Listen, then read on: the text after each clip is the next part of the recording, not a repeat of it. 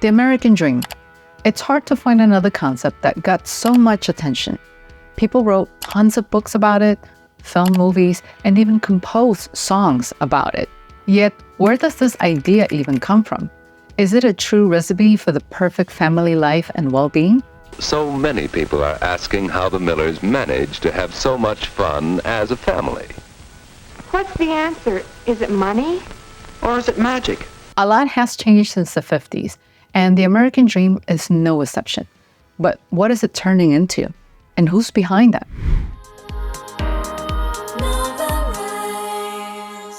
Ask a few people what the American Dream is all about. Some might talk about freedom, others might think it's a nice house or a job that pays well. But here's the thing. Everyone wants something better for themselves. It's that simple. My parents' American dream was that their daughters would grow up to be amazing people. For me, it would be owning a home and having a family and having a successful career. Everyone talks about the American Dream, but how did it even start? Who thought, hey, let's call it the American Dream? I mean, doesn't everyone in the world want a good life? Let's go back in time with this because this concept has quite the backstory. The American Dream pushes this powerful idea.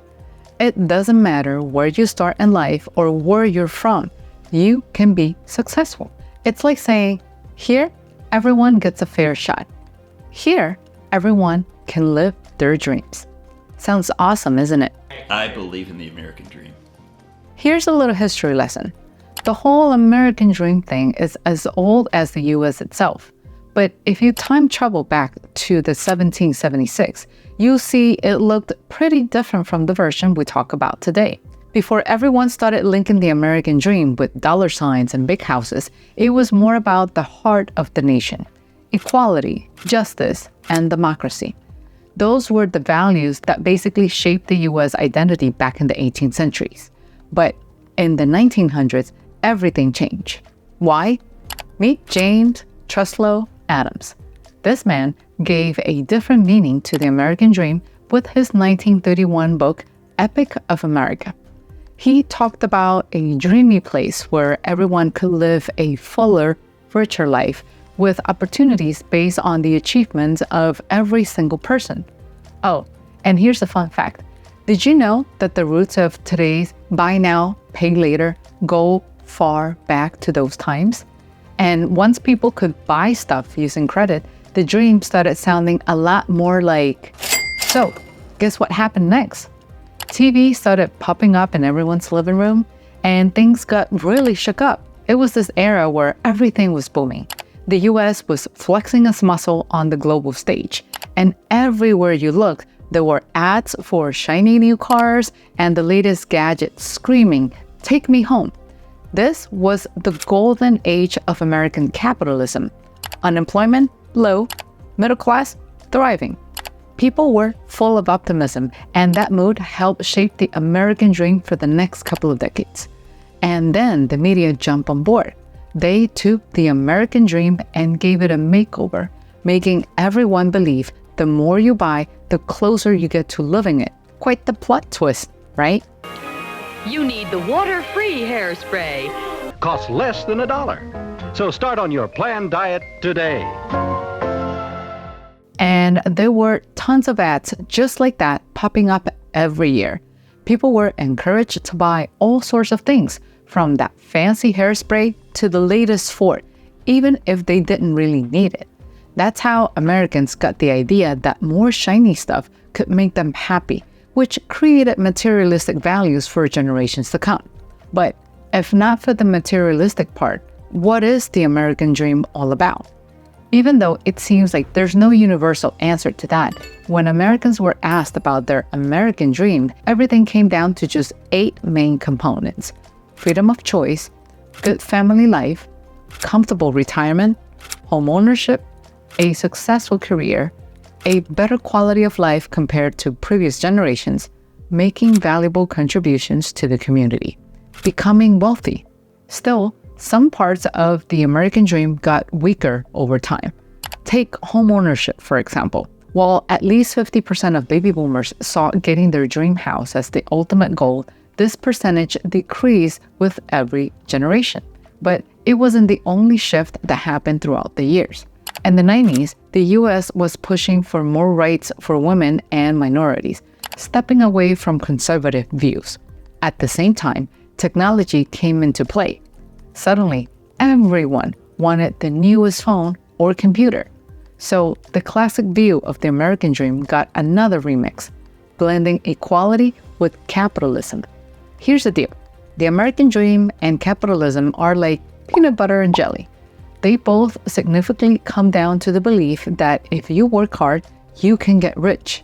Only capitalism gives the tools for that, whether it's starting a business, investing, or just watching your bank account grow. Plus, both concepts value ownership, whether it's a home or millions of other things.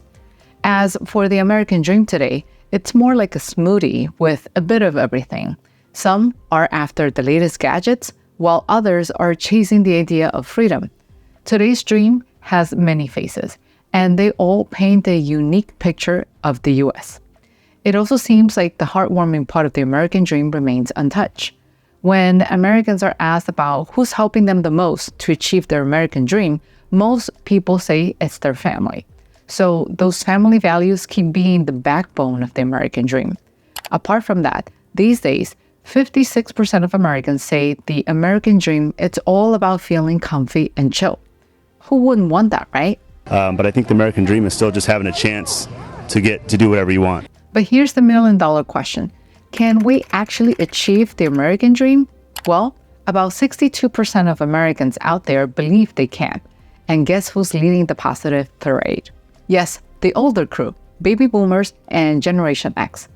At the same time, about 14% of Americans think they can hardly make it. And guess who's in that camp? That's right, Generation Z. Who's to blame?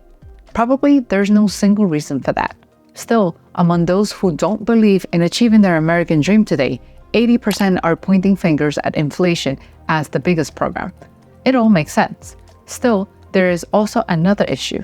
Nowadays, we hear many stories of people who became successful at a very young age, especially with the tech boom. But something like this rarely happened before.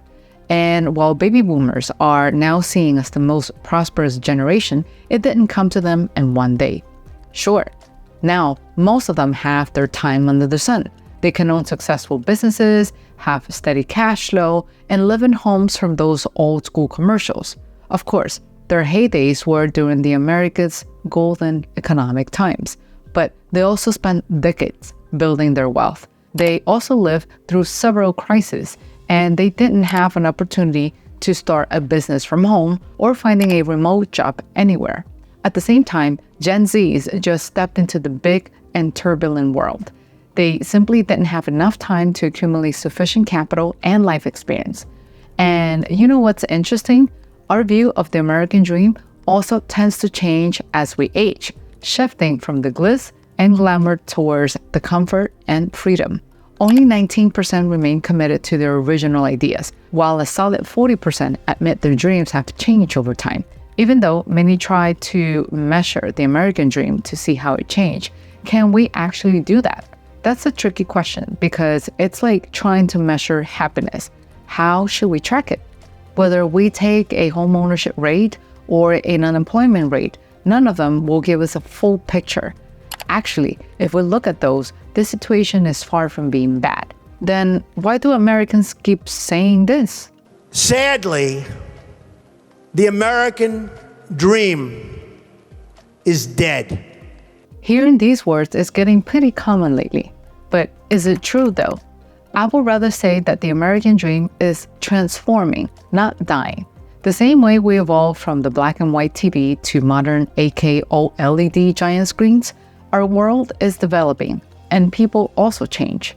Of course, if we rewind a bit, in the last 20 years, the US has been hit with several financial blows. First, there was the 2008 financial mess, and just as things started to look better, bam, COVID-19 comes knocking, causing another fiscal hiccup. And still, we have survived even the biggest shutdown in modern history when the world's mega cities were completely empty. All those times led to another important shift. Especially after the pandemic, a healthy and fulfilling life got a new meaning for people around the globe. Besides, many discover the benefits of remote work, understanding that they can live wherever they want and change places as often as they like. Young people now say that home is where the Wi-Fi is. And well, that's becoming the reality for many. This means that the idea of home is taking on a whole new meaning. Now, it's not just about staying in one place forever, which shakes up one of the core ideas of the American dream, homeownership. So many Americans, especially from the younger generation, have changed their outlook on life itself, and as a result, their dream has also transformed. Of course, saying that the American dream is dead makes a great headline for the media, but in reality, most of the basic values remain untouched. To me, the American dream is the rights to life, liberty, and property. So one might ask, do we really need the American dream today? We sure do. Everyone needs something to believe in and strive for. The American dream has always been a big part of the nation's culture, and it's still important today, especially when times are unstable. But the most important thing I realize is that the dream isn't fading away, it's just changing shape. Our perspective evolves, and that's a good thing. Times change, and what makes sense a century ago might not make sense now. Society is always adapting. That's the way it should be. And the beauty of it all is that despite the changes, we still have a dream that unites people. So, what's your take on the American dream? What does it mean to you? Share your thoughts in the comments, and I'll see you in the next video. Bye-bye.